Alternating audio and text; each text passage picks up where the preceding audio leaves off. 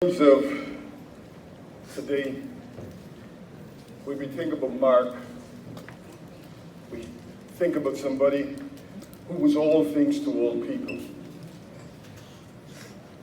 And I can talk to you about Mark, and I'll talk to you about the Mark that we grew up together from little boys. The first time I became aware of Mark was sometime around, the first form over here at the primary school.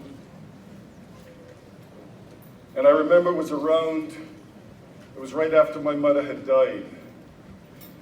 And there was a time when schools would give out balloons and they would give out soap. Anybody remember that? Yes. You'd get a bar of soap and a couple of balloons. No? Nobody took showers with that soap? That was the first time I became aware of Mark. And right after my mother died, all of my brothers and sisters, we were split into several different locations, and I ended up in Burdens Hill, and I lived there for about 4 years, and then when I turned 13, I ran away and came back to Orange Hill. There was this pull about Orange Hill, and the reason I talk about Orange Hill, because Mark loved Orange Hill as much as he loved his mother, as much as he loved his wife, as much as he loved his children. And it is because of Mark that I have that sort of pull back to Orange Hill, maybe not as strong as he does, but he was the person who always kept me intertwined with everything that happened in this area. And when I say Orange Hill, I'm talking about Bay Woods, I'm talking about Wapping, I'm talking about Jim Scap, I'm talking about the Endeavor, I'm talking about Water Hall, I'm talking about Abe Sill. I'm talking about all of those things, because when Mark talked about Orange Hill, and Bennett's now, Bennett's, that's what he meant. But as much as I would say that Mark was just a guy from Orange Hill, Mark was a Barbadian. He was Orange Hill's greatest ambassador. Whoa. He was one of Barbados's in terms of his ability to connect. You heard the fire officer talk about Mark's ability to connect. He might be the most popular fire officer. I think Mark might be the most popular Bajan. On November 5th, my phone had died, or was it? Well, technically it hasn't died because it comes back, so. My phone was charging. And my wife had just left to go to the gym. And within 10 minutes, she called me and said, please meet me in the garage. And I knew it was bad news. I didn't know what it was, who it was. I know somebody had died. And she came in and she said, Mark is gone. And I said, what? Say it again. She said, Mark is gone. And I heard her, but I needed her to tell me again that my best friend is gone. And she said it. And we stood there and we hugged each other and we cried. We didn't want to go inside to upset our daughter, who's 11 years old. And she holds a special place in Mark's heart. And I'll tell you a story about that little girl in Mark. In 2007, I was sparring in a gym, in the Petronelli's gym in Brockton, and I broke my hand. My wife was 8.5, almost 9 months pregnant. And she called Mark, and she said, thank you, Aikens. There are folks outside who are just as involved and engaged as you are. I just want you to know that. And she called Mark and said, Palmerston broke his hand. I'm almost going to have birth to a baby. I need you to come up. And Mark says, I'll be right there, sister. I will be right there, sister. And Mark took a plane. I don't know how much he paid for the ticket, because buying a ticket from Barbados on short notice can cost a small fortune. I think you can buy a house with a plane ticket from Barbados. And Mark came, and it was 4 days after I had surgery in my hand. And my hand had swollen up as big as my leg. And I'm sitting in the window, and Mark is talking to me. My wife is over there moaning and groaning because she's having these early labor pains. And Mark said, P, you don't look good. And I said, I don't feel good. And he says, you got a thermometer? I said, yes, there's one in the kitchen. And he grabbed the thermometer and stuck it in my mouth, really deep in my throat. I almost gagged. So I need to have a bone with you all about the training of the I'm just kidding. And my temperature was 104 degrees, and Mark says, we gotta get to a hospital. And Mark has been coming to see us and visit us for 25 years, and I can never get Mark to drive. So I heard you talking about his driving, and I know he's driving. And I said, I was dizzy, I was nauseous, and my wife was too big, and my younger kids were 3 or 4 years old. Actually, they were a little older. And I said, Mark, you got to drive. And Mark drove me to the hospital, and he took me to this local hospital, and they said, we cannot do anything for him here. His infection is so advanced, you need to take him into Boston, where I had the surgery at Mass General. And Mark was scared to death because the idea of driving on the highways in Massachusetts scared Mark to death. And I was in and out of consciousness as he was driving me to the hospital. And the consciousness, something above was saying, you better open your eyes. And as I opened my eyes, Mark was driving in 2 lanes, sometimes 3 lanes. And I don't know what scared me more, the infection in my hand that was spreading through my body, or Mark's driving down the highway, taking up lanes, cars beeping, people cussing. Can I say that, Reverend? And so we got into Boston, and I was admitted immediately, placed in an IV. And I spent 6 days in intensive care. And as I heard you talk about Mark staying with the Toronto Chief, Mark stayed with me for 12 straight hours. And my wife called and says, I am in labor. And Mark says, P, I gotta go. And Mark drove back, and he took her to the hospital. And then he came back, and after spending 6 days in intensive care, Mark came and he picked me up, and we go back to the hospital. And my daughter, Kariana, was born. She's standing here. Mark has a picture with every one of my children that were born. That's how often and how long he's been coming to visit. But in that event, Mark saved my life.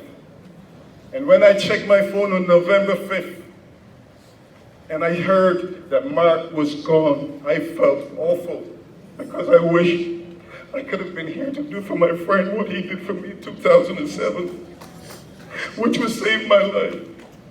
The doctors had said, had he not got me to the hospital, I would have been dead within 24 hours.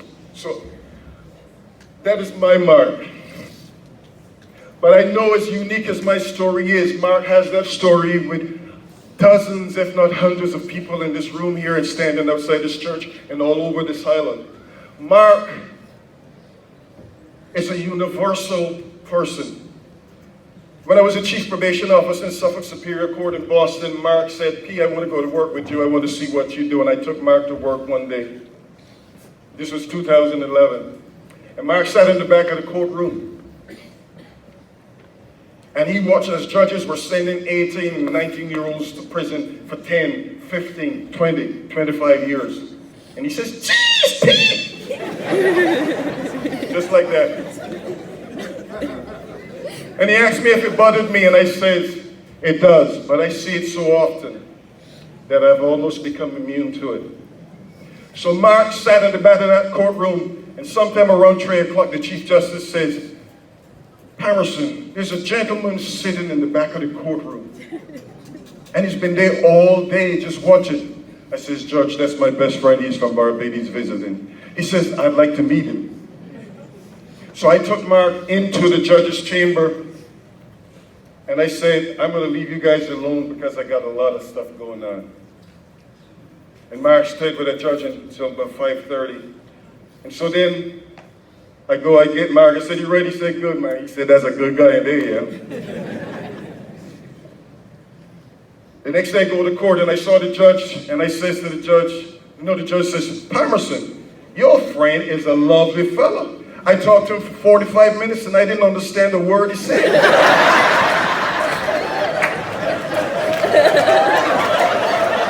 You all know what I'm talking about. You talk to Mark, sometimes you talk so fast that you can hardly understand. Even I, who grew up with Mark, sometimes will ask him to repeat stuff like 2 or 3 times.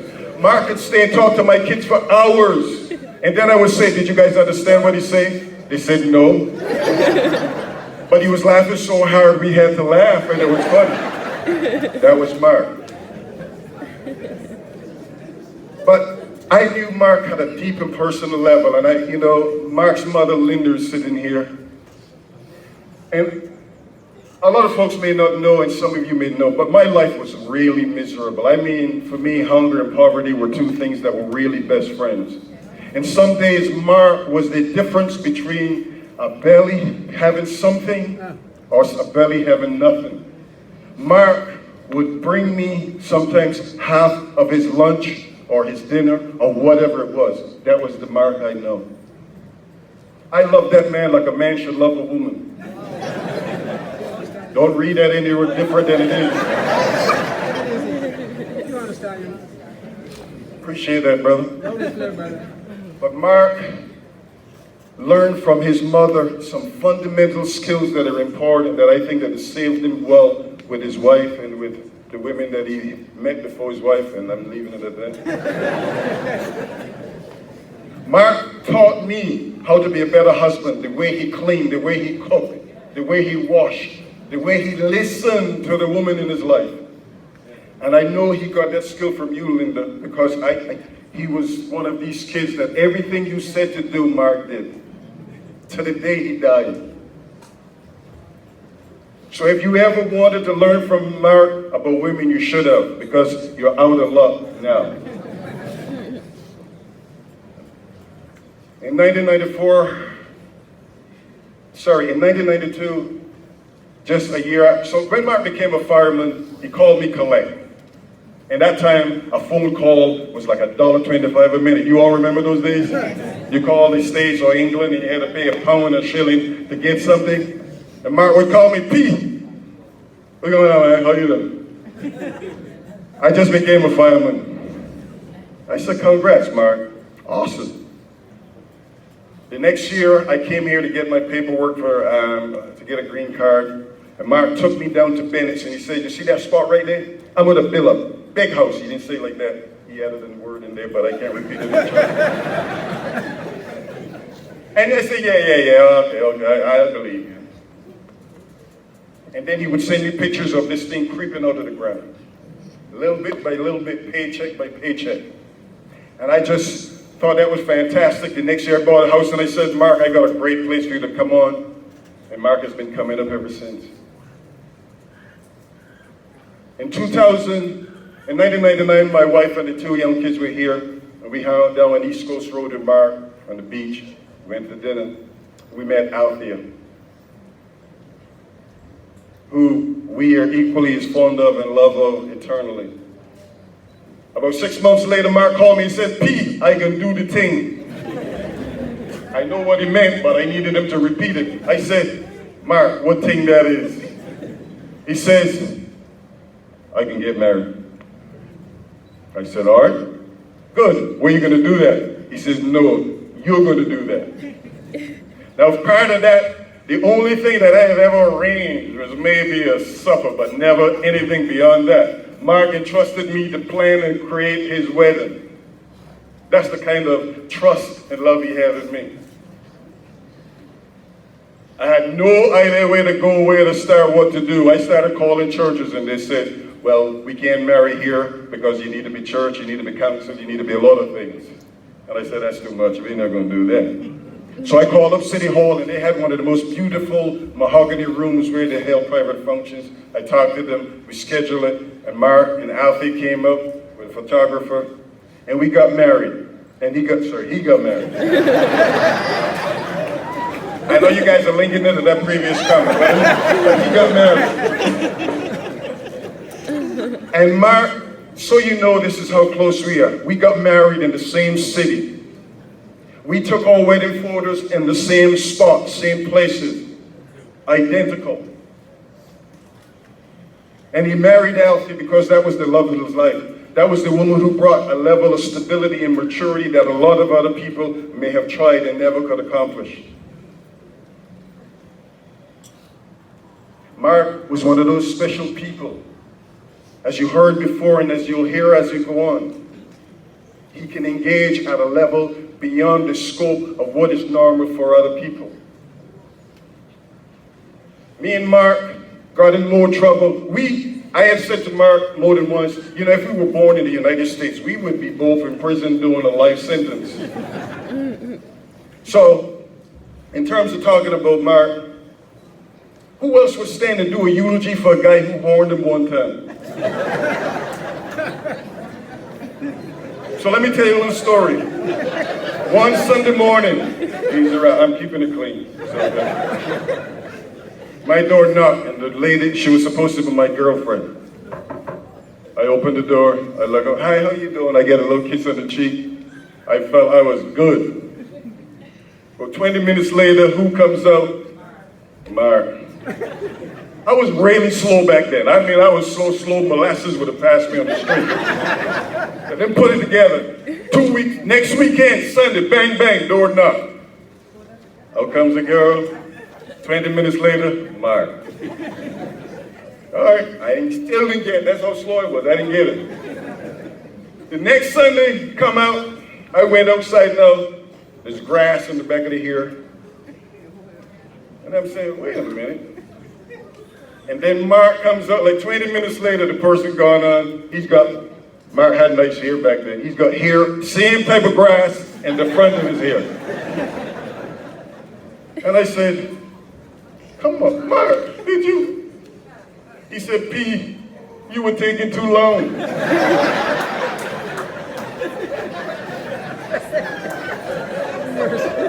Now, Mark and I, when he comes to visit, will talk and tell stories. We go back to a point where we were just kids and we talk. And Mark, and of all of the stories that my kids love to hear, they love Mark to tell that story. And he will tell it, and we will crack up and we would laugh.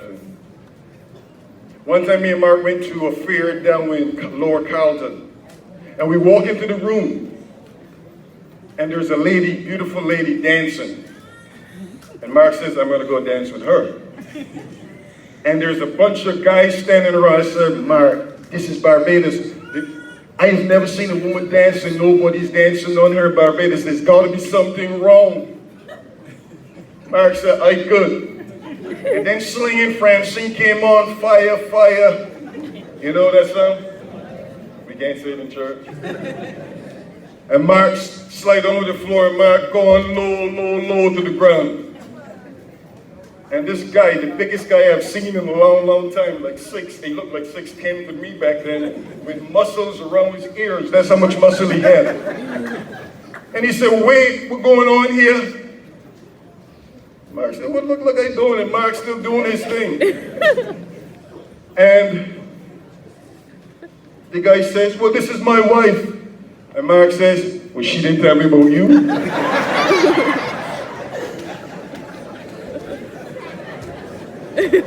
So the man snatched Mark up by the shirt. I mean, this dude was strong. I mean, he's got Mark buttons. He grabbed Mark so tight, buttons started flying everywhere. Ping, zing, ping. And I had started to just box. So I even though I was scared to death, this is my boy, you got grabbed up, right? And I said, man, you need to put it down. And Mark said, man, you need to let me go. And as reason, I said to the guy, look, man, he didn't mean no harm. The lady never said he was married. And the guy said, all right. And he put down Mark like that to the ground. Because he was up on his tippy toes. And he put Mark down. And I thought we were good. I thought we could get out of there without a problem. Mark said, Pete, you good? I said, good. And he slapped that man across the head and took off out the front door. As I told you earlier, I was a little slow.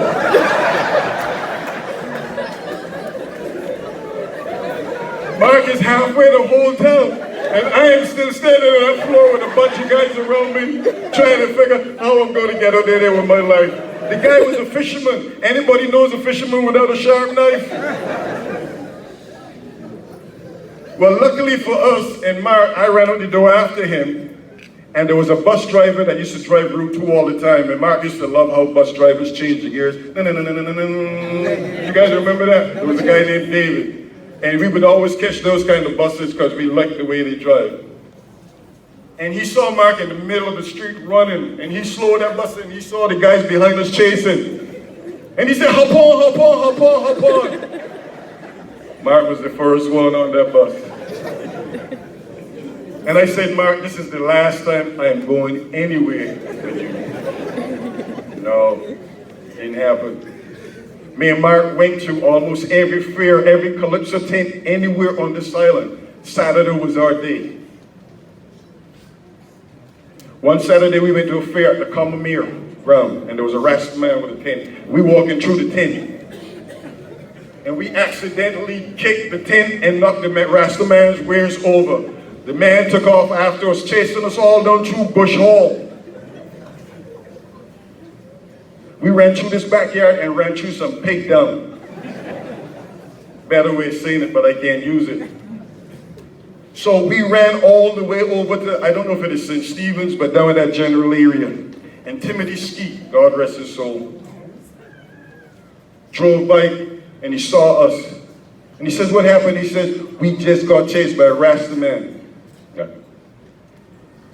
And he said, we're hopping, and we hop in. About a half mile, Timothy says,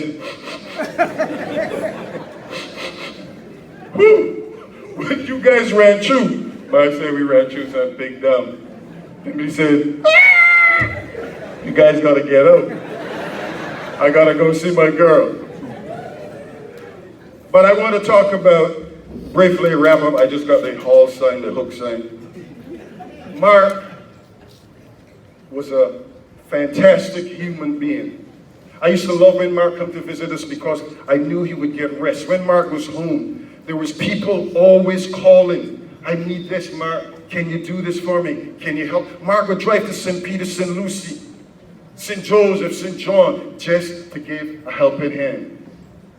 That was the kind of person he would. At the end of the day, even though there are any number of reasons, we always look for reasons why people pass and why people die. A lot of great people die all too often, way too early. And Mark was one of those people. And I love Mark unconditionally, and I know that all of these folks here, his wife, Althea, who he's left behind, his mother, his brothers, his sisters, his cousins, his grandson, Kai, who he adored and was looking forward to having a seven opportunity to raise kids. That was the power of the Mark Phillips I know. So, we used to sing one song, and I'm going to do it real quick, Ralph. I know you lost it. I got the hook. I'm going to slide over. But the song is, and it goes like this. Goodbye to you, my trusted friend. We've known each other since we were 9 or 10. Together we've climbed hills and trees, skinned our hearts and skinned our knees, learned of love and ABCs. Goodbye, my friend, it's hard to die. With all the birds just singing in the sky. Yeah. Go ahead, Social. It's everywhere. Think of me and I'll be there. We had fun, we had seasons in the sun, like the hills and the hills, while the seasons all around. Goodbye, Alfie, it's hard to die, with all the birds just singing in the sky. Come on, help me out. Come on, church. I know. Yeah. Little flowers everywhere. Had joy, we had fun, we had seasons in the sun, like the hills that we climb, all just seasons all the time. We had joy, we had fun, we had seasons in the sun, like the wine and the song, like the seasons are all gone. Thank you.